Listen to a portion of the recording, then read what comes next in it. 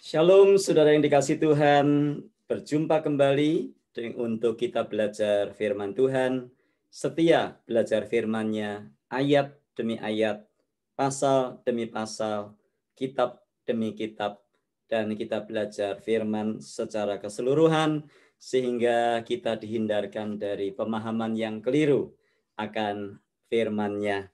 Hari ini kita tiba di Injil Matius pasal yang ke-11 ayat 25 hingga ayat yang ke-27. Sebagaimana kemarin kita sudah membahas ayat-ayat sebelumnya.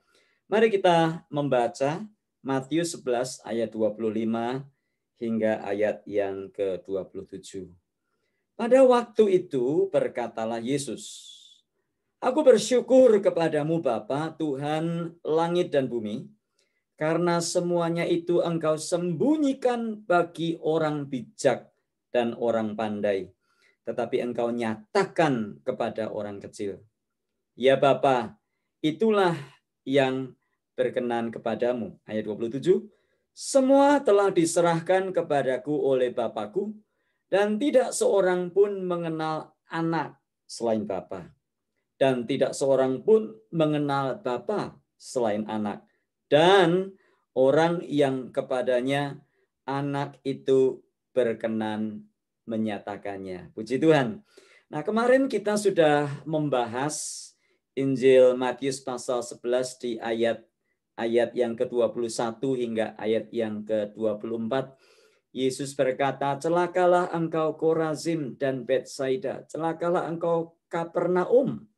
Yesus mencela kota-kota itu sebab mereka tidak percaya, sebab mereka tidak membuka hati bagi Yesus Kristus walaupun mujizat-mujizat dinyatakan di sana. Bahkan Yesus berkata pada hari penghakiman, maka hukuman atas Sodom lebih ringan daripada hukuman yang ditimpakan kepadamu. Artinya karena mereka sudah melihat kemuliaan Allah, tetapi mereka tidak mau percaya kepada Yesus Kristus. Bahkan kalau kita membaca di ayat-ayat itu juga disebutkan bahwa kalau saja Tirus dan Sidon menerima mujizat-mujizat seperti yang terjadi atas kamu, hai Betsaida dan Korazim, tentulah mereka sudah bertobat. Nah, kemudian kita melihat berarti Yesus sedang berbicara di ayat 21 sampai ayat 24 betapa kota-kota, yang dimaksud kota-kota adalah orang-orangnya, orang-orang di Betsaida, Korazim, dan di Kapernaum sudah melihat kemuliaan Allah, sudah melihat penyataan Allah, tetapi mereka tetap mengeraskan hati. Mereka tidak percaya kepada Yesus Kristus, bahwa Yesus adalah Tuhan dan Juru Selamat. Nah, kembali kita membaca di bagian ini, nadanya berbeda. Ayat 25 sampai 27, kalau tadi ayat 21 20 sampai 24 dikatakan, "Celakalah engkau Betsaida dan Korazim." Yesus mencela ketidakpercayaan mereka. Dan sekarang ayat 25 27, pada waktu itu berkatalah Yesus, "Aku bersyukur kepadamu Bapa, Tuhan langit dan bumi, karena semuanya itu Engkau sembunyikan bagi orang bijak dan orang pandai, tetapi Engkau nyatakan kepada orang kecil."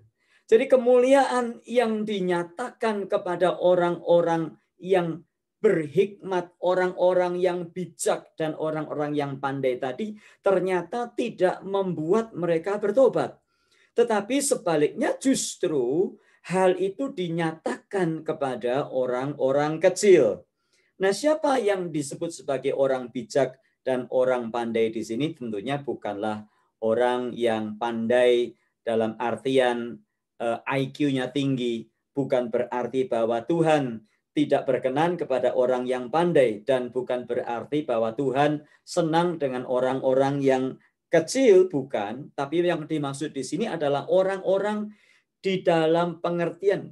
Sekali lagi, kita tidak boleh keluar dari konteks. Saya ingatkan sekali lagi, kita harus membahas ayat ini berdasarkan konteksnya. Matius pasal yang kelima, 6, 7, 8, 9, 10. Yesus berkali-kali menegur orang Farisi dan para ahli Taurat, sebab mereka mengerti Taurat, tetapi mereka tidak mau membuka hati bagi Yesus Kristus. Bahkan mereka justru menolak menolak Kristus. Nah, siapakah yang dimaksud orang bijak dan orang pandai di sini? Tidak lain, Yesus menunjuk kepada mereka, yaitu orang-orang yang merasa bijak, orang-orang yang merasa pandai, orang-orang yang sudah merasa tahu segala sesuatu, tetapi tidak mau bertobat. Nah, ini peringatan bagi Anda dan saya. Semakin kita belajar firman, semakin kita tahu firman, seharusnya kitalah orang yang pertama kali bertobat.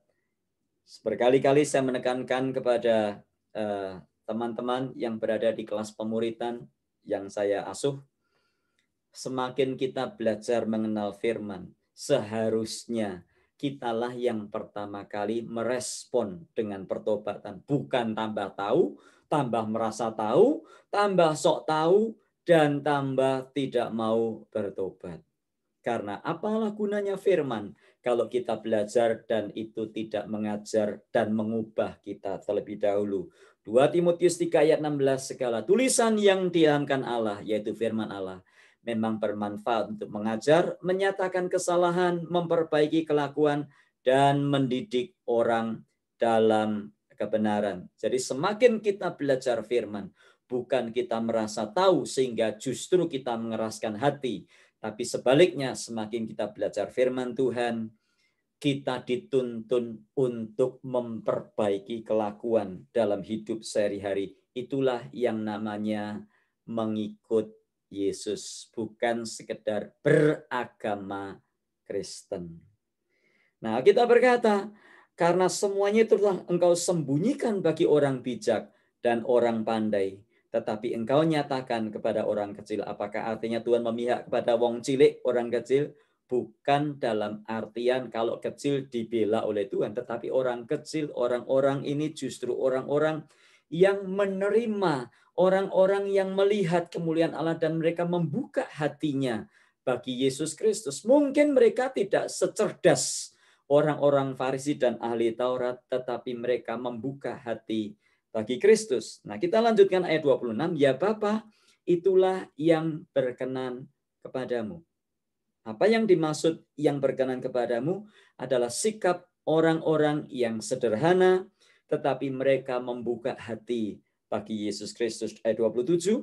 Semua telah diserahkan kepadaku oleh Bapakku, dan tidak seorang pun mengenal anak selain Bapa. Perhatikan, tidak seorang pun mengenal anak selain Bapa, dan tidak seorang pun mengenal Bapa selain anak, dan orang yang kepadanya anak itu berkenan menyatakannya. Artinya, kita tidak mungkin mengenal Bapa kalau anak itu tidak menyatakannya kepada kita. Artinya, kita tidak mungkin mengenal Allah kalau Yesus Kristus itu tidak menyatakannya kepada kita. Artinya apa?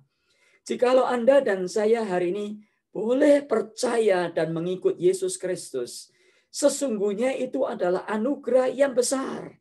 Karena ada banyak orang, bahkan orang-orang yang pandai, orang-orang yang mengaku diri berhikmat, mereka tidak mau.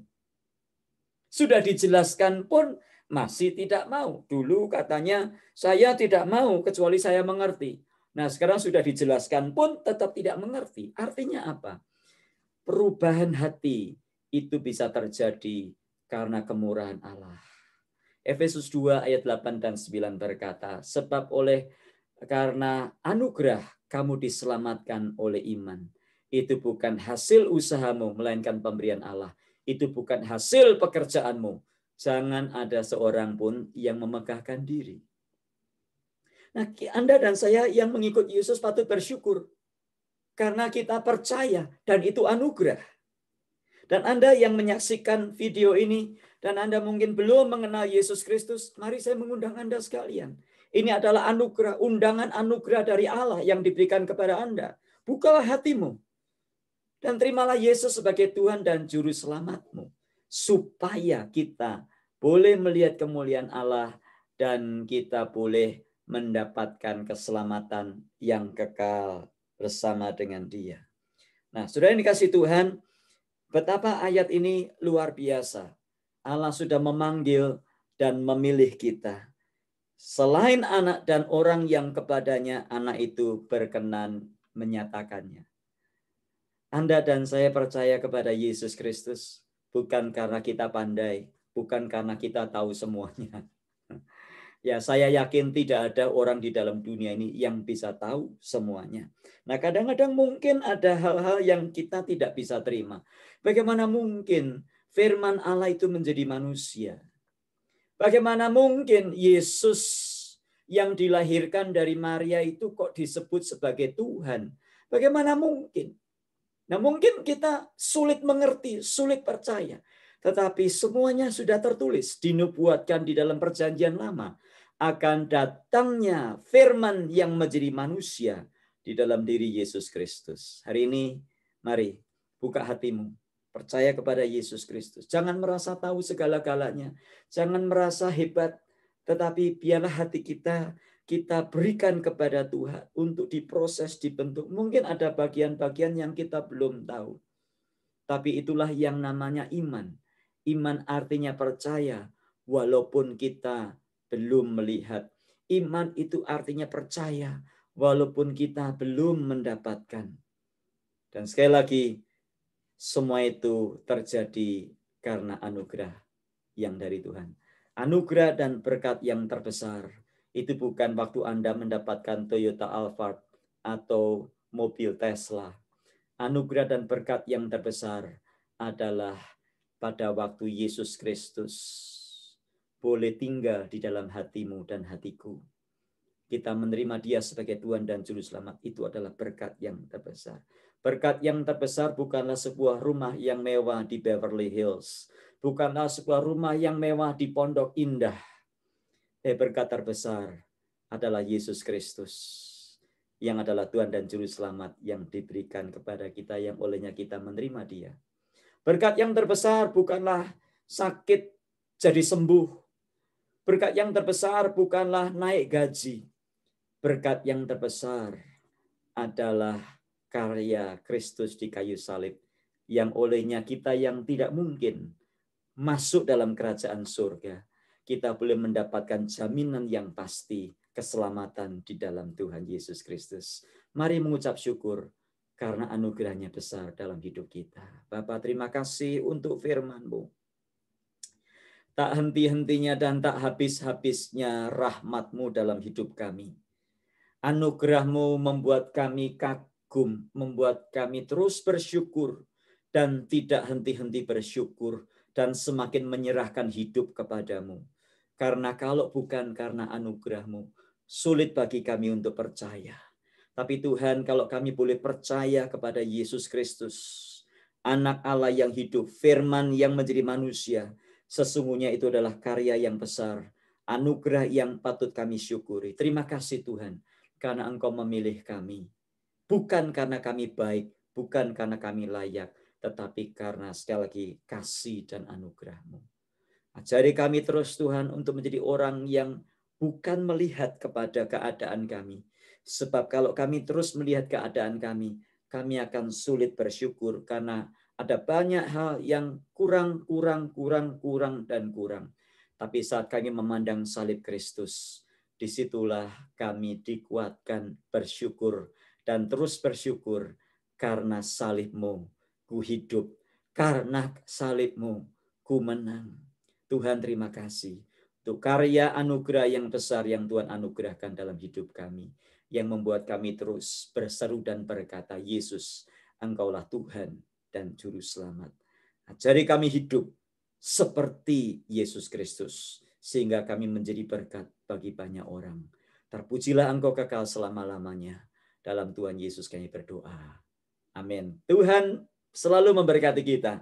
Dan sampai jumpa esok hari, kita akan lanjutkan bahasan kita dari Injil Matius pasal 11 ayat 28. Dan kalau Tuhan izinkan, kita akan selesaikan Matius pasal 11, supaya kemudian di hari berikutnya kita bisa membahas Matius pasal yang 12. Tuhan selalu memberkati sepanjang hari ini. Amin.